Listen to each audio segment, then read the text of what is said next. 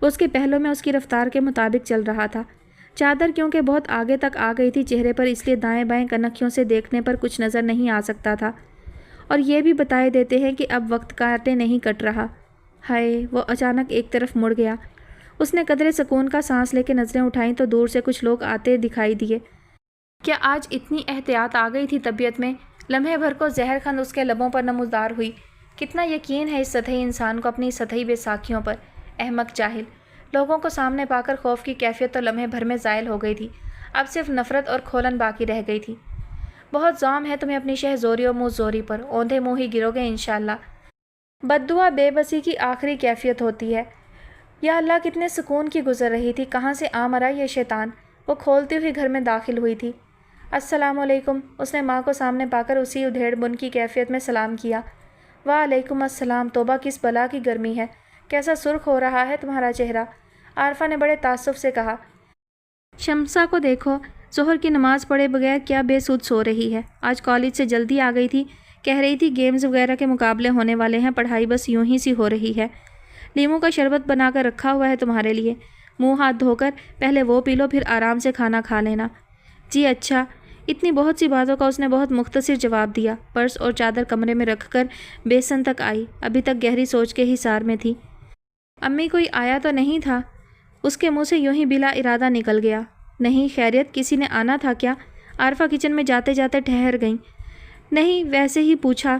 اس نے بات بناتے ہوئے ہاتھوں میں صابن لگانا شروع کر دیا۔ اے شمسہ کو بھی اٹھا دو، نماز پڑھ کر بعد میں سو جائے گی۔ وہ کچن سے مخاطب تھیں۔ سونے دے امی، ابھی بہت ٹائم ہے، سکون و بے فکری کی نیند بھی قسمت سے ملتی ہے، اس نے قدرے تلخی سے کہا۔ عارفہ اس کے خلاف معمول لب و لہجے پر چونک سی گئی تھی۔ آگہی کے سوتے تبھی پھوٹتے ہیں جب کوئی حادثاتی واقعہ ہوتا ہے۔ یہ آج کیا کہہ گئی؟ کیوں آئی یہ سوچ؟ وہ قدرے الجھ سی گئی۔ تمہارے ابا ابھی بھی مسجد سے نہیں آئے، انہی کے ساتھ کھانا کھا لینا، میں نماز پڑھنے جا رہی ہوں۔ میں اور شمسہ کھا چکے ہیں، کہہ رہی تھی کہ بہت بھوک لگ رہی ہے۔ جی ٹھیک ہے۔ اس کے بائیں پہلو سے ابھی تک ایک خوشبو اٹھ رہی تھی، جس سے اندر خوشگواری کے بجائے آنچ سی محسوس ہو رہی تھی۔ جن کا بچہ! اونچا پورا پاشا اس کے پہلو میں ہنوز موجود تھا۔